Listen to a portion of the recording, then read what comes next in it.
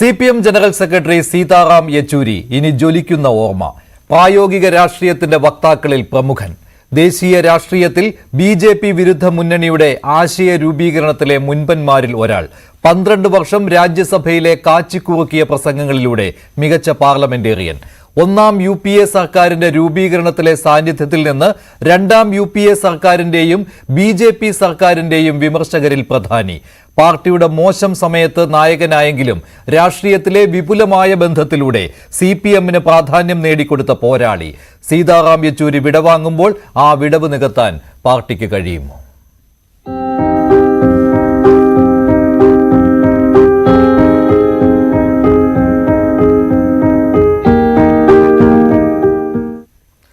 വളരെ ചെറിയ പ്രായത്തിൽ തന്നെ CPM പോളിറ്റ് ബ്യൂറോ അംഗമായി മാറിയ നേതാവാണ് സീതാറാം യെച്ചൂരി. അവിടെ നിന്ന് CPMന്റെ ജനറൽ സെക്രട്ടറിയായുള്ള ഉയർച്ച. അദ്ദേഹം വന്ന രാഷ്ട്രീയ വഴികളിലൂടെ ഒരു അവലോകനം.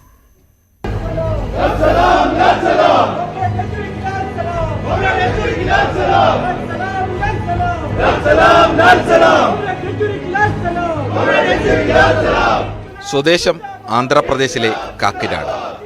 ജനനം 1952 ഓഗസ്റ്റ് 12 ചെന്നൈയിൽ. കർണാടക സ്റ്റേറ്റ് ട്രാൻസ്പോർട്ട് വകുപ്പിൽ എഞ്ചിനീയറായ സർവേശ്വര സോമയാജുലയുടെയും സർക്കാർ ഉദ്യോഗസ്ഥയായ കൽപ്പകം യെച്ചൂരിയുടെയും മകൻ. സ്കൂൾ പഠനം ഹൈദരാബാദിൽ. 1969 മുതൽ ഡൽഹിയിൽ. പ്രസിഡൻസി എസ്റ്റേറ്റ് സ്കൂളിൽ നിന്നും CBSE ഹയർ സെക്കൻഡറി പരീക്ഷയിൽ രാജ്യത്തെ 1ാം റാങ്കുകാരൻ. സെന്റ് സ്റ്റീഫൻസിൽ നിന്നും BA ഓണേഴ്സ് സാമ്പത്തിക ശാസ്ത്രത്തിലും 1ാം റാങ്ക്. 1974 SFI. 75 അടിയന്തരാവസ്ഥാ വിരുദ്ധ പ്രക്ഷോഭ നായകനായി പ്രകാശ് കാരാട്ടിനൊപ്പം JNUവിൽ. അറസ്റ്റും ഒളിവ് ജീവിതവും 3 തവണ JNU സ്റ്റുഡൻസ് യൂണിയൻ പ്രസിഡന്റ് സ്ഥാനവും.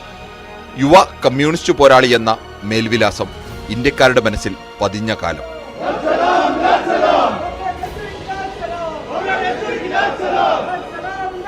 സീതാറാം എന്ന പോരാളിയെയും ഏകാധിപതി എന്ന വിശേഷണമുള്ള ഇന്ദിരാഗാന്ധിയുടെ ജനാധിപത്യ ബോധവും അടയാളപ്പെടുത്തുന്ന ചിത്രം. അടിയന്തരാവസ്ഥ പിൻവലിച്ച ശേഷമുള്ള കാലം. ഇന്ദിരാഗാന്ധിയെ സാക്ഷിയാക്കി JNU students union president Sitaram യെച്ചൂരിയുടെ പ്രസംഗം. ഇന്ദിരാഗാന്ധി JNU ചാൻസലർ സ്ഥാനം രാജിവെക്കണമെന്നതാണ് ആവശ്യം. 1977 സെപ്റ്റംബർ 5 സീതാറാമിന്റെ നേതൃത്വത്തിൽ ഇന്ദിരാഗാന്ധിയുടെ വീടിന് മുന്നിലേക്ക് മാർച്ച് നടത്തിയ ശേഷമായിരുന്നു ഇതെന്നത് ഇക്കാലത്തും അത്ഭുതം ജനിപ്പിക്കും. അതേ വിദ്യാർത്ഥികളുടെ ആവശ്യം സമചിത്തതയോടെ ഇന്ദിരാഗാന്ധി കേട്ടുനിന്നു. പിറ്റേന്നു തന്നെ ചാൻസലർ സ്ഥാനം രാജിവെച്ചു. 1975 CPM അംഗമായി.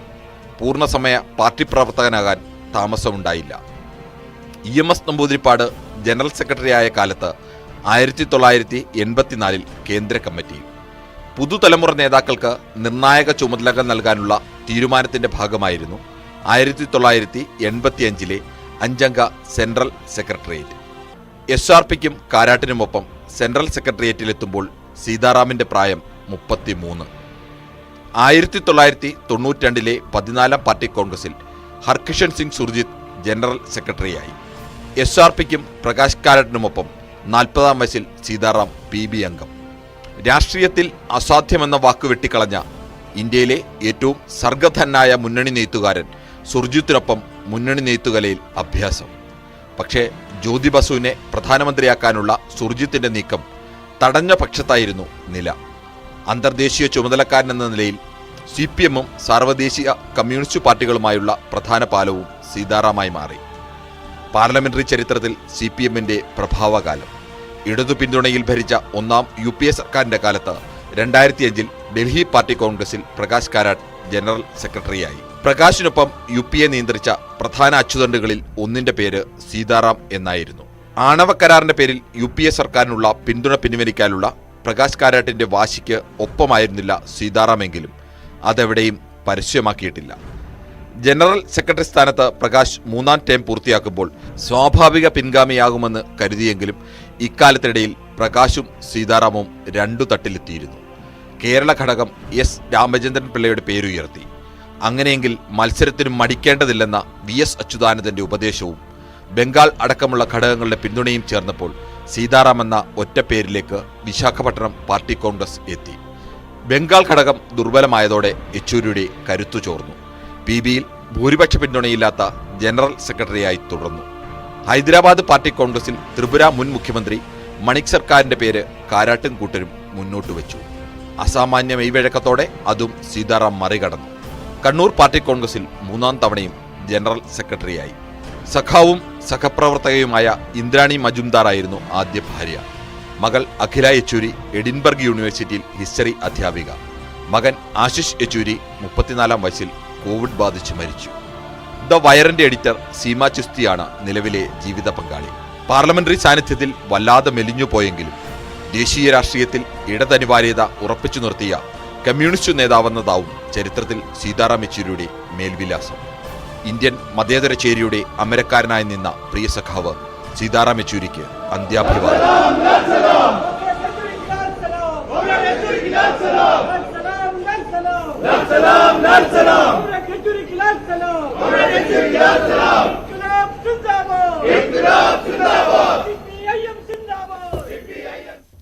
ഡൽഹി എയിംസിൽ 1 മാസത്തോളം ചികിത്സയിലായിരുന്നു CPM general secretary Sitaram Yechury. ഇടയ്ക്ക് അദ്ദേഹത്തിന്റെ ആരോഗ്യനിലയിൽ അല്പം പുരോഗതി ഉണ്ടായതാണ്. പക്ഷേ പിന്നീട് വീണ്ടും വെന്റിലേറ്ററിൽ പ്രവേശിപ്പിക്കേണ്ടി വന്നു. ഇന്ന് ഉച്ചതിരിഞ്ഞ് 3:05 അദ്ദേഹത്തിന്റെ മരണം സംഭവിച്ചത്.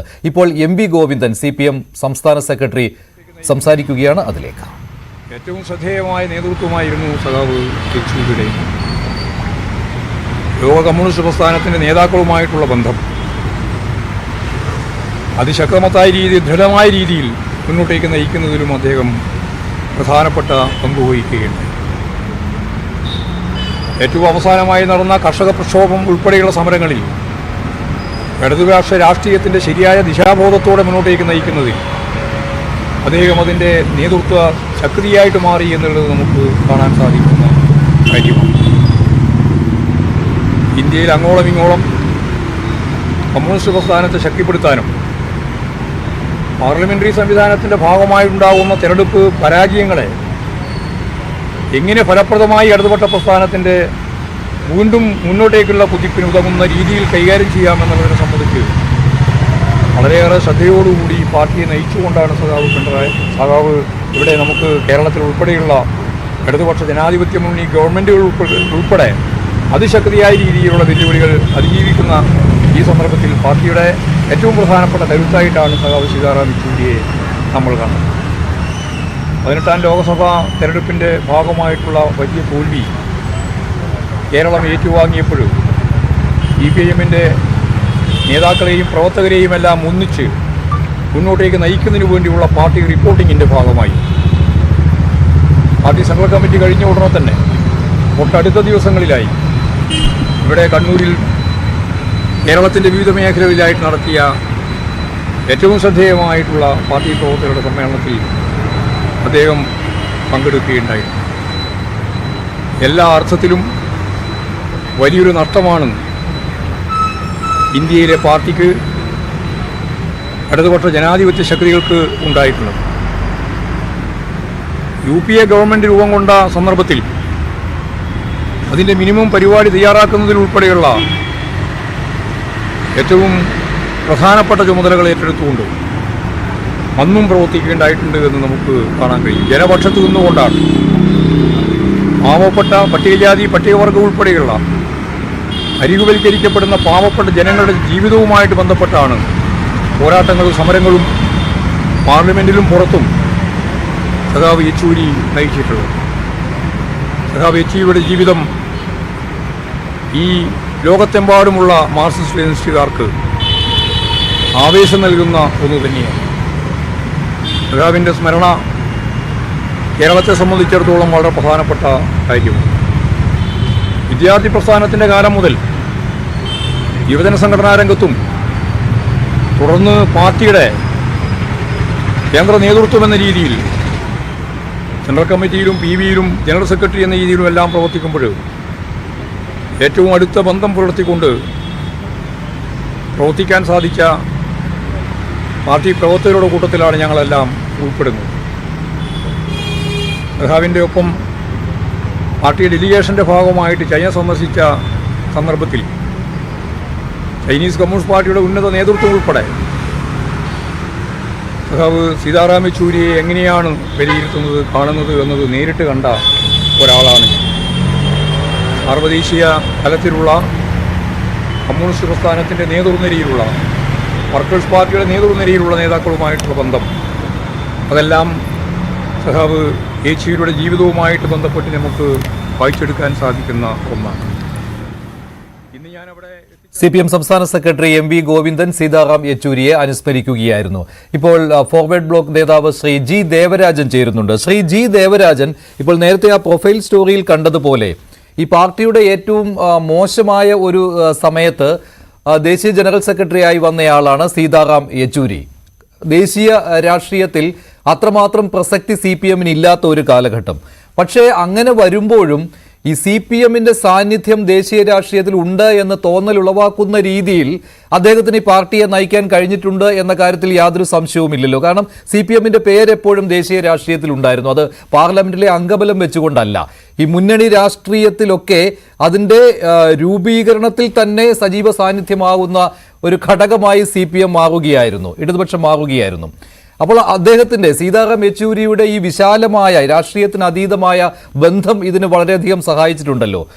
ചുരുക്കി പറഞ്ഞാൽ ഈ സുർജിത്തിൻ്റെ അതേ ഒരു പാത തന്നെ പിന്തുടരുവാനായിട്ട് സീതാറാം യെച്ചൂരിക്ക് കഴിഞ്ഞിരുന്നു. സുർജിത്ത് പക്ഷേ പാർട്ടിയുടെ ഒരു നല്ല കാലത്ത് പാർട്ടിയെ നയിച്ചയാളാണ്. പക്ഷേ യെച്ചൂരിയുടെ കാലമായപ്പോഴേക്കും പാർട്ടിക്ക് വീഴ്ച സംഭവിച്ചു, താഴ്ച സംഭവിച്ചു. പക്ഷേ ആ സമയത്ത് അദ്ദേഹം പാർട്ടിക്കൊരു മേൽവിലാസം നിലനിർത്തി കൊടുക്കുന്നതിന് കഴിഞ്ഞ ഒരു നേതാവാണ്. അങ്ങനെ തന്നെ അദ്ദേഹത്തെ കണക്കാക്കാൻ പറ്റുമല്ലോ.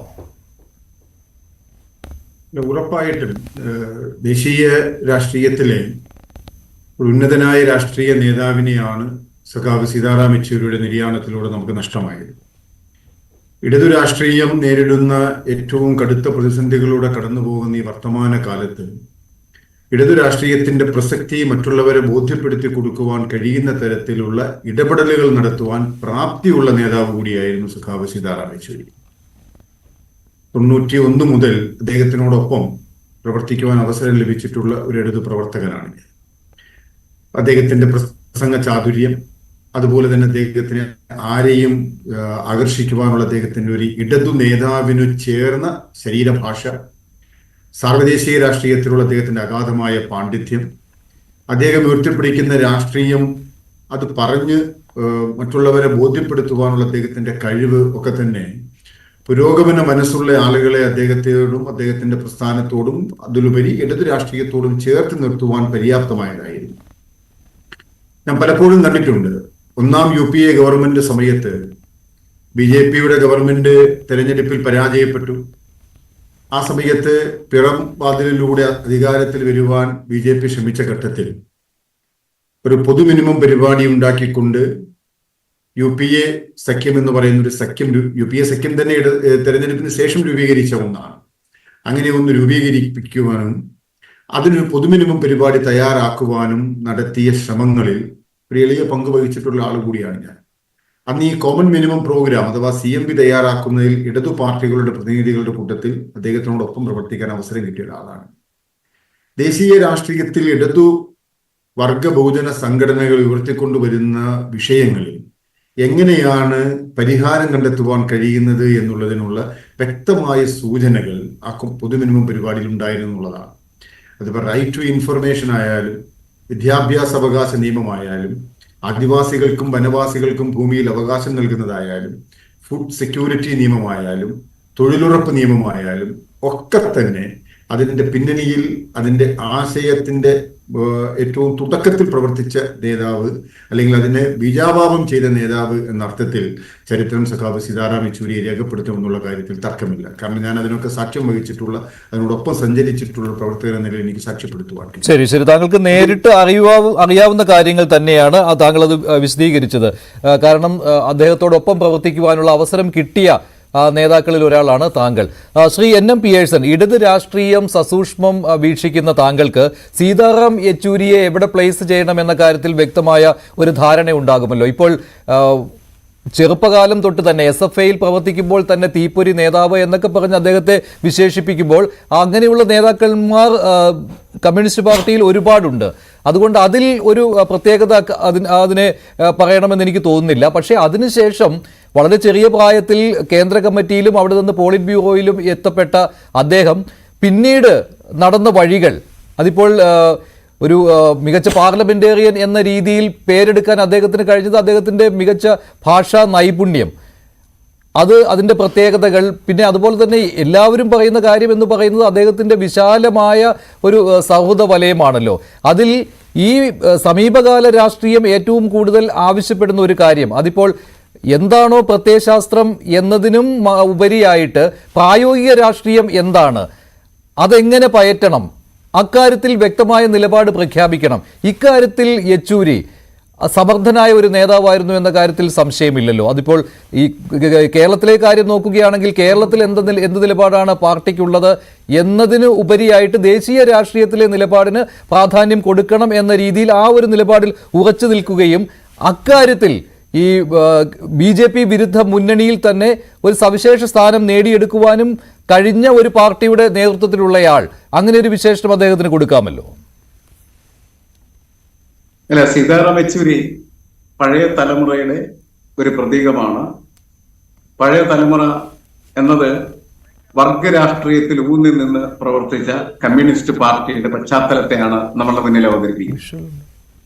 വർഗരാഷ്ട്രീയത്തിൽ ഊന്നി നിന്ന് പ്രവർത്തിക്കുന്ന സമയത്ത് പലപ്പോഴും മുന്നണി രാഷ്ട്രീയത്തിലേക്ക് കടക്കുക എന്ന് പറയുന്നതിന് ചില പ്രതിസന്ധികളുണ്ടാകും. ആ പ്രതിസന്ധികൾ മറികടന്നാൽ മാത്രമാണ് സമകാലീന കാലത്ത് രാഷ്ട്രീയത്തെ പ്രതിഭാതുല്യമായിട്ടുള്ള ഒരു സ്പർശത്തിലൂടെ മുന്നോട്ട് കൊണ്ടുപോകാൻ കഴിയൂ എന്നുള്ള തിരിച്ചറിവ് സീതാറാം യെച്ചൂരിക്കുണ്ടായിരുന്നു. നമുക്ക് തീപ്പൊരി നേതാക്കൾ ഒരുപാടുണ്ടാകാം. പക്ഷെ തീപ്പൊരി നേതാക്കളെക്കാൾ ഉപരി കാലത്തിനനുസരിച്ചും സമയത്തിനനുസരിച്ചും മാർക്സിസ്റ്റ് രാഷ്ട്രീയത്തെ അല്ലെങ്കിൽ ഇടതുപക്ഷ രാഷ്ട്രീയത്തെ എങ്ങനെയാണ് പാകപ്പെടുത്തേണ്ടത്, അതെങ്ങനെയാണ് നമ്മുടെ പാർലമെന്ററി ജനാധിപത്യ സംവിധാനത്തിനകത്ത് നമുക്ക് ഫലപ്രദമായിട്ട് ഇടതുപക്ഷത്തിന് ഫലപ്രദമായിട്ട് ഉപയോഗിക്കാനായിട്ട് കഴിയുക എന്ന് പറയുന്ന അന്വേഷണം എപ്പോഴും അദ്ദേഹത്തിന്റെ മുന്നിൽ അതിശക്തമായിട്ടുണ്ടായിരുന്നു എന്നതിനെയാണ് ഞാൻ മനസ്സിലാക്കുന്നത്. കാരണം EMSന്റെ കാലത്ത് തന്നെ അദ്ദേഹം കൈപിടിച്ചു കൊണ്ടു നടന്ന രണ്ട് നേതാക്കളിൽ ഒരാളാണ് സീതാറാം യെച്ചൂരി. പ്രകാശ് കാരാട്ടിനെയും അതുപോലെ തന്നെ സീതാറാം യെച്ചൂരിയെ ഒരുമിച്ച് മിക്കവാറും തന്നെ എല്ലാ മേഖലകളിലും പരിചയപ്പെടുത്തുകയും രാഷ്ട്രീയത്തിൽ എടുക്കേണ്ടതായിട്ടുള്ള നിലപാടുകൾ പഠിപ്പിക്കുന്നതിന് ആവശ്യമായിട്ടുള്ള സാഹചര്യങ്ങൾ സൃഷ്ടിച്ചു കൊടുക്കുകയും ചെയ്തിരുന്നു. അങ്ങനെയാണ് അന്താരാഷ്ട്ര കമ്മ്യൂണിസ്റ്റ് പ്രസ്ഥാനത്തിലൊക്കെ വലിയ ബന്ധങ്ങൾ ഉണ്ടാക്കുന്നതിന് ആവശ്യമായിട്ടുള്ള സൗകര്യങ്ങൾ ഈ രണ്ട് നേതാക്കൾക്കും CPM ഒരുക്കിക്കൊടുത്തിരുന്നു എന്നുള്ളത് മറ്റു നേതാക്കളിൽ നിന്ന് അവരെ വ്യത്യസ്തരമാക്കുന്നുണ്ട്. പല കാരണങ്ങൾ കൊണ്ടുമാണ് അവർക്ക് ആ തരത്തിലുള്ള അവസരങ്ങൾ ലഭിച്ചിരുന്നത്. അതിൽ ഏറ്റവും പ്രധാനപ്പെട്ടത് അവരുടെ ഒരു പ്രതിഭ തന്നെയാണ് എന്നാണ് ഞാൻ മനസ്സിലാക്കുന്നത്. ആ പ്രതിഭയെ എങ്ങനെയാണ് രാഷ്ട്രീയത്തിൽ ഇപ്പോ EM ശങ്കരൻ നമ്പൂതിരിപ്പാടിന്റെ പ്രതിഭ എന്ന് പറയുന്നത് സാധാരണമായിരുന്നു. പക്ഷെ അദ്ദേഹം ആ പ്രതിഭ കൊണ്ട് അദ്ദേഹത്തിന്റെ വ്യക്തിപരമായി സൃഷ്ടിക്കുന്നതിന് പകരം പാർട്ടിയുടെ സാധ്യതകളെ വിപുലപ്പെടുത്താൻ രൂപപ്പെടുത്തുന്നതിന് വേണ്ടിയിട്ടാണ് അദ്ദേഹം മുഴുവൻ സമയം ചെലവഴിച്ചിരുന്നത് എന്നുള്ളതാണ്. അതുപോലെ ചെലവഴിക്കാൻ പറ്റുന്ന തരത്തിലേക്ക് സീതാറാം യെച്ചൂരിയെ പാകപ്പെടുത്തിയെടുക്കുകയും പലപ്പോഴും നമ്മൾ കേരളത്തിൽ നിന്ന് ചർച്ച ചെയ്യുന്ന സമയത്ത് കേരളമാണ് ഇന്ത്യ എന്ന നിലയ്ക്ക് കേരളത്തിലെ പാർട്ടി നേതൃത്വം പ്രവർത്തിക്കുന്ന സമയത്ത് സീതാറാം യെച്ചൂരി അവരുടെ മുന്നിൽ അവതരിപ്പിച്ചു, ഇത് കേരളം മാത്രമാണ്, ഇതല്ല ഇന്ത്യ. ഇന്ത്യയിലേക്ക് വരുന്ന സമയത്ത് രാഷ്ട്രീയത്തിനുണ്ടാകാവുന്ന വ്യതിയാനം അല്ലെങ്കിൽ രാഷ്ട്രീയം മാറ്റേണ്ടത് എങ്ങനെ എന്നുള്ള കാര്യം പലവട്ടവും അവരെ പഠിപ്പിക്കാനായിട്ട് അദ്ദേഹം ശ്രമിച്ചിരുന്നു എന്നുള്ളത് ഒരു നമുക്ക് വളരെ സുഹൃത്തമായിട്ടുള്ള ഒരു കാര്യമാണ്. പക്ഷെ ചിലപ്പോഴൊക്കെ അദ്ദേഹത്തിന് അതിൽ പരാജയപ്പെട്ടു പോകേണ്ടതായിട്ട് വന്നു. കാരണം നമ്മുടെ പോളിറ്റ് ബ്യൂറോയിലും അതുപോലെ കേന്ദ്ര കമ്മിറ്റിയിലും ഒക്കെ പല ഘട്ടങ്ങളിലും അദ്ദേഹം മുന്നോട്ട് വെക്കുന്നതായിട്ടുള്ള ആശയങ്ങൾക്ക് ആവശ്യത്തിന് സപ്പോർട്ട്, ആവശ്യത്തിന് പിൻബലം ലഭ്യമല്ലാതെ വന്ന സാഹചര്യത്തിൽ പോലും താൻ മുന്നോട്ട് വെക്കുന്നതായിട്ടുള്ള ആശയങ്ങൾ വരാൻ പോകുന്നതായിട്ടുള്ള കാലത്തിന് കേരളത്തിലും ഇന്ത്യയിലും വളരെ പ്രസക്തിയുണ്ട് എന്ന് തിരിച്ചറിഞ്ഞുകൊണ്ട് തന്നെയാണ് വളരെ വളരെ ശക്തമായിട്ടുള്ള രീതിയിൽ ഇന്ത്യയിൽ വളർന്ന് വികസിച്ചു വരുന്നതായിട്ടുള്ള വർഗീയ രാഷ്ട്രീയത്തിനെതിരായിട്ടുള്ള ഒരു നിലപാട് അദ്ദേഹം എടുക്കുന്നത്. ഇപ്പൊ മതേതര രാഷ്ട്രീയത്തിന്റെ ഒരു മുന്നണിയെ കുറിച്ച് മഹത്തായിട്ടുള്ള സ്വപ്നം യഥാർത്ഥത്തിൽ സീതാറാം യെച്ചൂരി എക്കാലത്തും കാണിച്ചിരുന്നു. അത് ഇന്ത്യയെ സംബന്ധിച്ചിടത്തോളം ഇന്ന് വളരെ പ്രസക്തമാണ്, പ്രാധാന്യമുള്ളതാണ്. അത് മുന്നോട്ട് കൊണ്ടുപോകാനായിട്ട് അദ്ദേഹത്തിന്റെ സർഗാത്മകമായിട്ടുള്ള കഴിവ് വളരെ നല്ല രീതിയിൽ ഉപയോഗിക്കപ്പെട്ടിരുന്നു എന്നാണ് ഈ അവസരത്തിൽ നമ്മൾ സ്മരിക്കേണ്ടത്. ശരി, ശ്രീ ലാൽകുമാർ, ഇപ്പോൾ ഈ മതേതര ചേരിയുടെ വക്താക്കളിൽ ഒരു പ്രമുഖനായ നേതാവ് അങ്ങനെ പറയുമ്പോഴും ഇപ്പോൾ ശരിയാണ് 2004 ഒന്നാം UPA സർക്കാരിന്റെ രൂപീകരണത്തിൽ സുർജിത്തിനോടൊപ്പം തോളോട് തോൾ ചേർന്ന് പ്രവർത്തിച്ച ഒരു പ്രമുഖ നേതാവാണ് സീതാറാം യെച്ചൂരി. അക്കാര്യത്തിൽ സംശയമില്ല. പക്ഷേ ഈ രണ്ടാം UPA സർക്കാരിന്റെ കാലത്ത് അദ്ദേഹത്തിന്റെ നിലപാട് അല്ലെങ്കിൽ പാർട്ടിയുടെ നിലപാട് ആ സമയത്ത് UPAക്ക് എതിരെ ആകുമ്പോൾ ശക്തമായ രീതിയിൽ തന്നെ അന്നത്തെ കേന്ദ്ര ഭരണത്തിനെതിരെ പ്രതികരിക്കുവാനും കഴിഞ്ഞിരുന്നു. പിന്നെ തിരിച്ച് BJP അധികാരത്തിൽ വരുന്ന സമയത്ത് രണ്ടാം ഊഴത്തിലേക്ക് പോയ സമയമൊക്കെ ആയപ്പോഴേക്കും പിന്നീട് വീണ്ടും ഒരു മതനിരപേക്ഷ ചേരി പടുത്തുയർത്തുന്നതിലുള്ള പ്രാധാന്യം അത് അത്ര എളുപ്പമായ ഒരു കാര്യമല്ലായിരുന്നുവല്ലോ, അങ്ങനെ ഒരു ചേരിക്കൊപ്പം നിൽക്കുക എന്നുള്ളത്. കാരണം സംസ്ഥാനങ്ങളിൽ ഒരു നിലപാടും കേന്ദ്രത്തിൽ മറ്റൊരു നിലപാടും സ്വീകരിക്കുക എന്നുള്ളത് ഒരു പാർട്ടിയെ നയിക്കുന്നയാളെ സംബന്ധിച്ചിടത്തോളം വിഷമകരമായ ഒരു കാര്യം തന്നെയാണ്. അതിൽ ആശയപരമായിട്ട് അംഗീകാരം നേടിയെടുക്കുക സ്വന്തം പാർട്ടി ഫോറത്തിൽ എന്നുള്ളത് അത് പക്ഷേ വിജയകരമായി നിർവഹിക്കുവാൻ യെച്ചൂരിക്ക് കഴിഞ്ഞുവെന്നാണ് എനിക്ക് തോന്നുന്നത്. അതുകൊണ്ടാണല്ലോ ഇപ്പോൾ ഇന്ത്യ മുന്നണിയിൽ ഒരു സവിശേഷ സ്ഥാനം തന്നെ അത് അംഗബലത്തിൽ ഇല്ലെങ്കിൽ പോലും ആ ഒരു പിന്തുണയുടെ കാര്യത്തിൽ നേടിയെടുക്കുവാനായിട്ട് യെച്ചൂരിക്ക് കഴിഞ്ഞു, പാർട്ടിക്ക് കഴിഞ്ഞിട്ടുണ്ട്. അല്ല, ഇതിനകത്ത് മനസ്സിലാക്കേണ്ട ഒരുപാട് കാര്യങ്ങളുണ്ട്. സീതാറാം യെച്ചൂരി എന്ന ഒരു രാഷ്ട്രീയക്കാരൻ, സീതാറാം യെച്ചൂരി എന്ന സഖാവിന്റെ ഈ രാജ്യത്തിനോടുള്ള കൂറ്, ഈ രാജ്യത്തിനുള്ള കോൺട്രിബ്യൂഷൻ, ഈ രാജ്യത്തിന്റെ ജനാധിപത്യത്തിന് എങ്ങനെ പ്രവർത്തിക്കണമെന്നുള്ള ഒരു കാഴ്ചപ്പാട് ഇത്ര സുവ്യക്തമായി മുന്നോട്ട് വെച്ചിരിക്കുന്ന മറ്റൊരു നേതാവുണ്ട് എന്ന് എനിക്ക് തോന്നുന്നില്ല. എനിക്കൊന്നു സീതാറാം യെച്ചൂരിയെ പോലെ പ്രായോഗിക രാഷ്ട്രീയത്തിൽ എങ്ങനെ നമുക്ക് പ്രായോഗിക രാഷ്ട്രീയത്തിൽ ഇടപെടാം എന്ന് വ്യക്തമായി ഒരു കമ്മ്യൂണിസ്റ്റുകാരനെ, ഒരു ജനാധിപത്യവാദിയെ ഒക്കെ മനസ്സിലാക്കി കൊടുക്കുന്ന രീതിയിൽ വളരെ ലൂസിഡായിട്ട് എക്സ്പ്ലെയിൻ ചെയ്തിട്ട് ഉള്ള ഒരു ജീവിത ചരിത്രം സീതാറാം യെച്ചൂരിക്കുണ്ട്. താങ്കൾ പറഞ്ഞ ചോദ്യത്തിൽ തന്നെ ഞാൻ തുടങ്ങാം. അതൊരു ബ്രീഫ് ഇൻട്രോ ഞാൻ എടുത്തു മാത്രമേ. താങ്കൾ പറഞ്ഞത് ഒരു കോൺഫ്ലിക്റ്റ് എപ്പോഴും ദേശീയ രാഷ്ട്രീയവും സംസ്ഥാന രാഷ്ട്രീയവും തമ്മിൽ വരുമ്പോൾ എപ്പോഴും CPM കോൺഗ്രസിന്റെ കാര്യത്തിലുണ്ട്. അത് CPM മാത്രമല്ല കോൺഗ്രസും നേരിടുന്ന ഒരു പ്രശ്നമാണ്. അത് നമ്മുടെ CPMന്റെ ഒരു വലിയ അൺഎക്സ്പ്ലെയിനബിൾ ആയിട്ടുള്ള ഒരു പ്രോബ്ലമായി അതിനെ കാണാൻ പാടില്ല. കോൺഗ്രസുമായിട്ട് അലയൻസ് ഉള്ള ഒരുപാട് സ്ഥലങ്ങൾ CPM ആണ്. അത് നമ്മുടെ മൊത്തത്തിലുള്ള ഒരു പ്രശ്നമാണ്. മതനിരപേക്ഷത എന്ന് പറയുന്നത് ഉയർത്തിപ്പിടിക്കേണ്ട എല്ലാ ആൾക്കാരുടെയും ഒരു പ്രശ്നമായിരുന്നു. പക്ഷെ ആ ചർച്ചയിലേക്ക് ഞാൻ പോകുന്നില്ല. അത് നമുക്കൊരു ആഭ്യന്തര പ്രശ്നമായി മാറി എന്ന് ചോദിച്ചാൽ കോൺഗ്രസിന്റെ കേരളത്തിലെ ആഭ്യന്തര പ്രശ്നം തന്നെ ആയിരുന്നു. പക്ഷെ അതിനെയൊക്കെ വളരെ വ്യക്തമായി സോൾവ് ചെയ്യുന്ന കാര്യത്തിൽ, അതൊന്നും ഒരു ഇന്ത്യൻ രാഷ്ട്രീയത്തിൽ ഇടപെടുന്ന കാര്യത്തിൽ, ഇന്ത്യൻ രാഷ്ട്രീയത്തിൽ മതനിരപേക്ഷ ചേരിയോടൊപ്പം നിൽക്കുന്നതിൽ CPM ഒരിക്കലും ഒരു സംശയം ഉണ്ടായിട്ടില്ല. അത് ജനറൽ സെക്രട്ടറിയുടെ തീരുമാനം മാത്രമല്ല, അത് CPIMന്റെ തീരുമാനം കൂടിയാണ്. പക്ഷെ അതിന് എത്ര നല്ല രീതിയിൽ അവരെ കോൺഫിഡൻസിൽ എടുക്കാൻ ജനറൽ സെക്രട്ടറിക്ക് കഴിഞ്ഞു, അല്ല എങ്കിൽ ഈ പറയുന്ന മറ്റ് നേതാക്കന്മാരുമായിട്ടുള്ള അദ്ദേഹത്തിന്റെ ഫൈൻ റിലേഷൻഷിപ്പ് അത് എത്രമാത്രം ഹെൽപ്പ് ചെയ്തു എന്ന് പറയുന്നത് ഒരു വലിയ കാര്യമാണ്. അത് ആ ആസ്പെക്ട് ഞാൻ അംഗീകരിച്ചാൽ മതിയാവും. ഇപ്പം ഹർകിഷൻ കിങ് സുർജിത്തിനെ പോലെ ഉണ്ടായിരുന്ന അത്രയും ഫൈൻനെസ് ഉള്ള ഒരു ഡിപ്ലോമാറ്റിക് ലെവലിൽ എൻഗേജ് ചെയ്യാൻ പറ്റുന്ന ഒരു ലീഡറായിരുന്നു സീതാറാം യെച്ചൂരി. നോക്കൂ, അദ്ദേഹത്തിന്റെ രാഹുൽ ഗാന്ധിയുമായിട്ടുള്ള ബന്ധം. രാഹുൽ ഗാന്ധി കേരളത്തിൽ വരുമ്പോൾ വളരെ ശക്തമായി പിണറായി വിജയനെ എതിർക്കുന്നു. എതിർത്തേ മതിയാവും. കാര്യം അദ്ദേഹത്തിന്റെ രാഷ്ട്രീയം നമ്മുടെ രാഷ്ട്രീയവുമായിട്ട് എതിർത്ത് നിൽക്കുന്നു, കൊമ്പ് കോർക്കുന്ന സന്ദർഭങ്ങളുണ്ട്. അപ്പൊ നമ്മൾ എതിർക്കണം. പക്ഷെ അപ്പോൾ പോലും അദ്ദേഹത്തിന്റെ ദേശീയ രാഷ്ട്രീയവുമായി ബന്ധപ്പെട്ട് ഒരു എമിനന്റ് ഡേഞ്ചറായി നിൽക്കുന്ന BJP അല്ലെങ്കിൽ RSS ശക്തികളെ നേരിടുന്നതിന് അദ്ദേഹം മുന്നോട്ട് വെച്ചിരിക്കുന്ന, അദ്ദേഹം കൊണ്ടുവരാൻ ശ്രമിച്ച ഒരു പ്ലാറ്റ്ഫോം, ആ പ്ലാറ്റ്ഫോം വളരെ വലുതാണ്. ഞാൻ ഓർക്കുന്നു കരൺ താപ്പറിന് അദ്ദേഹം കൊടുത്ത ഒരു ഇന്റർവ്യൂവില് സിറ്റിസൺഷിപ്പ് അമെന്റ്മെന്റ് ആക്ടുമായി ബന്ധപ്പെട്ട് നിങ്ങൾ മുസ്ലിങ്ങളോട് പറയുന്നുണ്ടോ ഇതൊരു ആന്റി മുസ്ലിം ലോ ആണ് എന്നുള്ള ചോദ്യത്തിന്റെ അദ്ദേഹത്തിന്റെ മറുപടി, സീതാറാം യെച്ചൂരിയുടെ മറുപടി വളരെ രസകരമായ മറുപടിയാണ്. ഞാന് മുസ്ലിങ്ങളോടല്ല പറയുന്നത്, രാജ്യത്തോടാണ് പറയുന്നത്, ഇന്ത്യക്കാരോടാണ് പറയുന്നത്.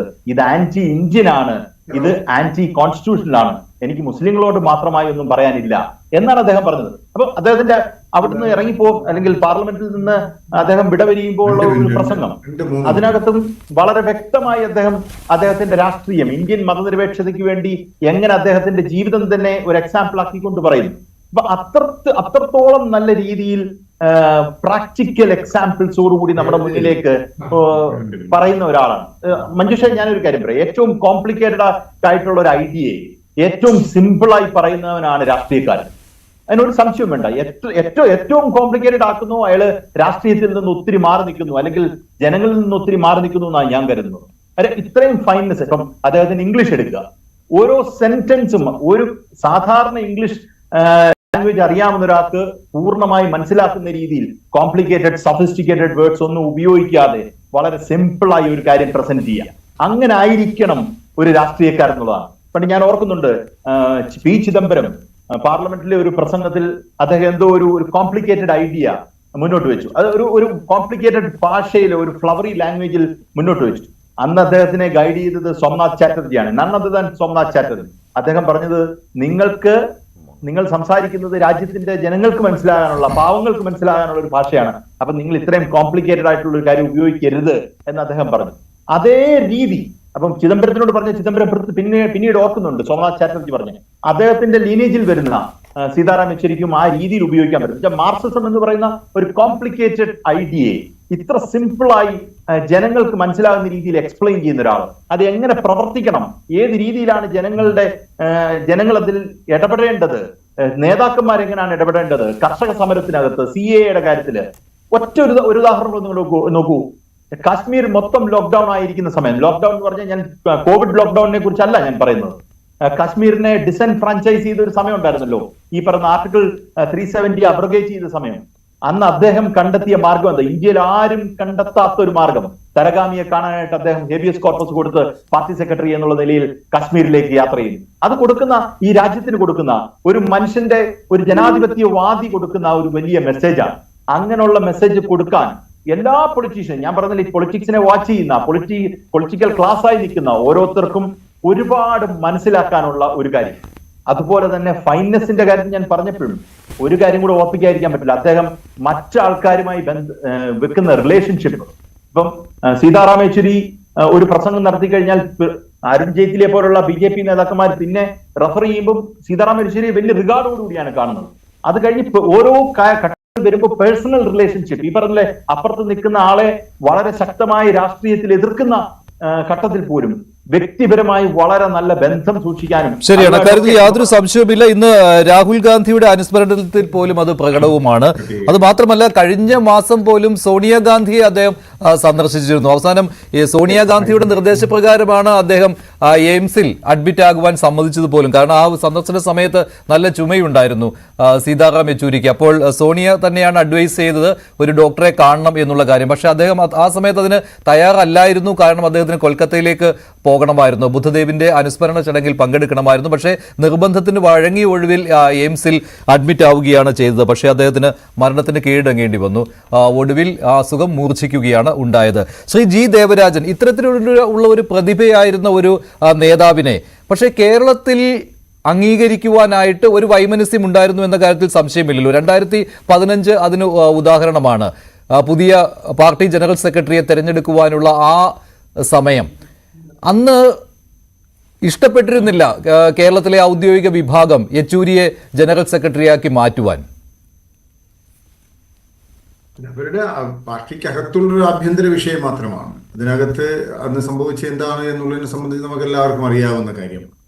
കാരണം ആ പാർട്ടിക്കകത്ത് തന്നെ അവരുടെ ഭരണഘടന ഭേദഗതി ചെയ്യുന്നു.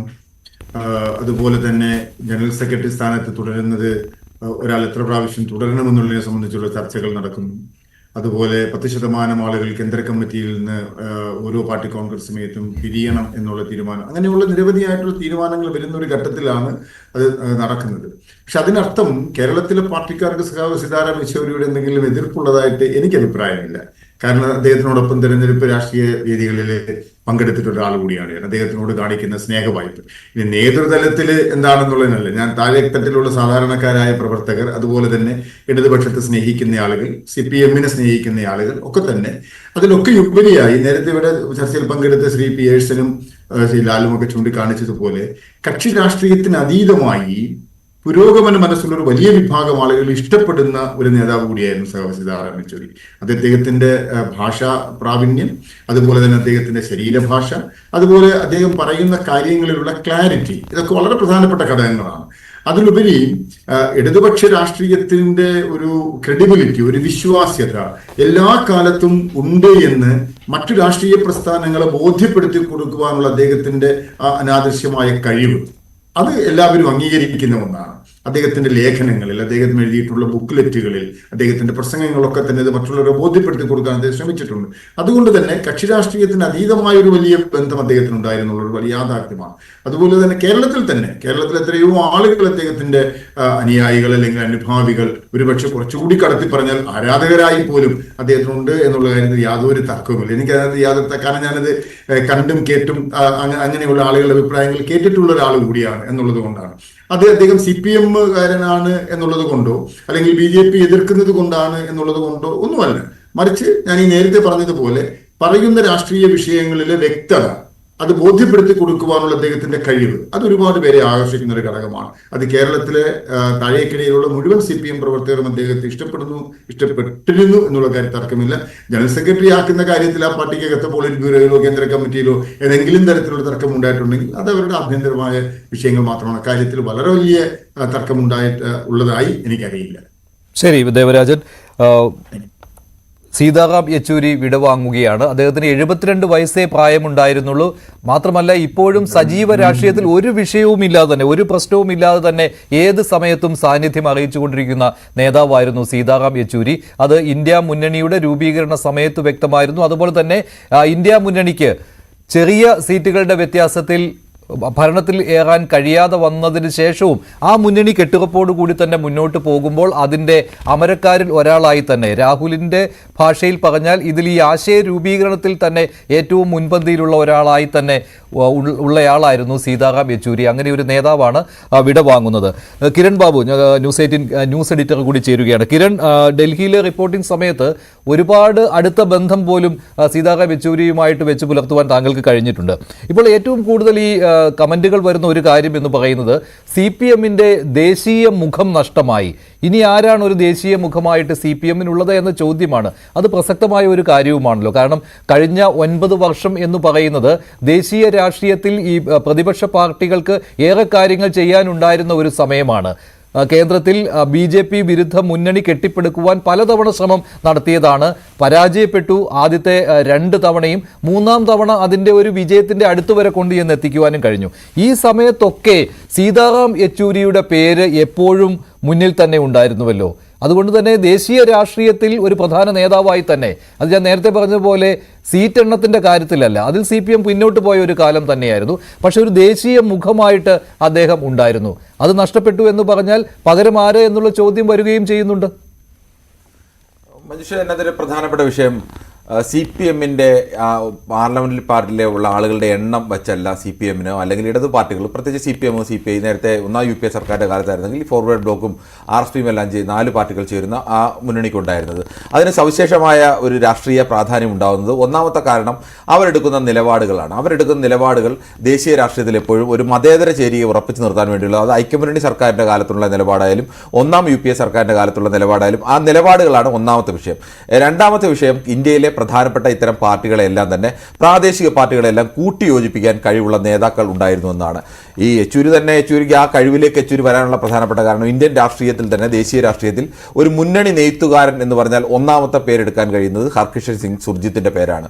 അത് ഐക്യ മുന്നണി സർക്കാരിൻ്റെ കാലത്തായാലും ഈ ഒന്നാം UPA സർക്കാരിൻ്റെ കാലത്താണെങ്കിൽ കോൺഗ്രസ് അവരുടെ NDA മുന്നണിക്കായിരുന്നു കൂടുതൽ സീറ്റ് ഉണ്ടായിരുന്നത്. കോൺഗ്രസ് അങ്ങനെ ഒരു സർക്കാർ രൂപീകരണത്തിന് പോലും കോൺഗ്രസ് അങ്ങനെ പ്രതീക്ഷയില്ലായിരുന്ന സ്ഥലത്ത് സോണിയാഗാന്ധിയെ കണ്ട് പ്രധാനപ്പെട്ട പാർട്ടി നേതാക്കളെല്ലാം വിളിച്ച് അവരുടെ പിന്തുണ ഉറപ്പാക്കുന്നു. ഇടതു പാർട്ടികൾ പുറത്തുനിന്ന് ആ UPA പിന്തുണയ്ക്കുന്നു. അങ്ങനെ ഒരു ഭരണം സർക്കാർ രൂപീകരണത്തിന് സാധ്യമാക്കിയത് സുർജിത്ത് എന്ന് പറയുന്ന നേതാവാണ്. സുർജിത്തിൻ്റെ പ്രത്യേകത സോണിയാഗാന്ധിക്കും ഒരേപോലെ വിശ്വസ്തനാണ്. അതോടൊപ്പം തന്നെ മുലായം സിംഗ് യാദവ് ആയാലും, ലാലു പ്രസാദ് യാദവ് ആയാലും, മമതാ ബാനർജി ആയാലും, കരുണാനിധി ആയാലും, ചന്ദ്രബാബു നായിഡു ആയാലും, ഇന്ത്യയിലെ പ്രധാനപ്പെട്ട ശരത് പവാർ, അങ്ങനെ ഇന്ത്യയിലെ ഓരോ സംസ്ഥാനത്തെയും പ്രധാനപ്പെട്ട രാഷ്ട്രീയ നേതാക്കളുമായി വളരെ അടുത്ത ബന്ധമുണ്ട്. അവരുമായി വ്യക്തിപരമായി തന്നെ സംസാരിക്കാനുള്ള ശേഷിയുണ്ട്. ഇത്തരം കാര്യങ്ങളിലൊക്കെ അവർക്ക് തിരിച്ച് സുർജിത്തിനെ വിശ്വാസം കൂടിയാണ്. അവരെ അധികാരം പിടിക്കാൻ വേണ്ടി അല്ലെങ്കിൽ തങ്ങൾക്ക് ഏതെങ്കിലും ഒരു അധികാരത്തിന് വേണ്ടിയല്ല ഇവരിങ്ങനെ ഒരു നീക്കം നടത്തുന്ന വിശ്വാസമുണ്ട്. അങ്ങനെ സുർജിത്തിന് ഒപ്പം നിന്ന ഒരു നേതാവാണ് എല്ലാ കാലത്തും സീതാറാം യെച്ചൂരി. അതുകൊണ്ട് സീതാറാം യെച്ചൂരിയുടെ പ്രത്യേകത മറ്റ് CPM നേതാക്കളേക്കാളേറെ ഇന്ത്യയിലെ മറ്റ് എല്ലാ പ്രധാനപ്പെട്ട രാഷ്ട്രീയ പാർട്ടിയുടെ നേതാക്കളുമായിട്ടും ഈ തരത്തിലുള്ള വ്യക്തിബന്ധമുണ്ട്. ഒരു ചെറിയ ഉദാഹരണം തന്നെ പറയാം.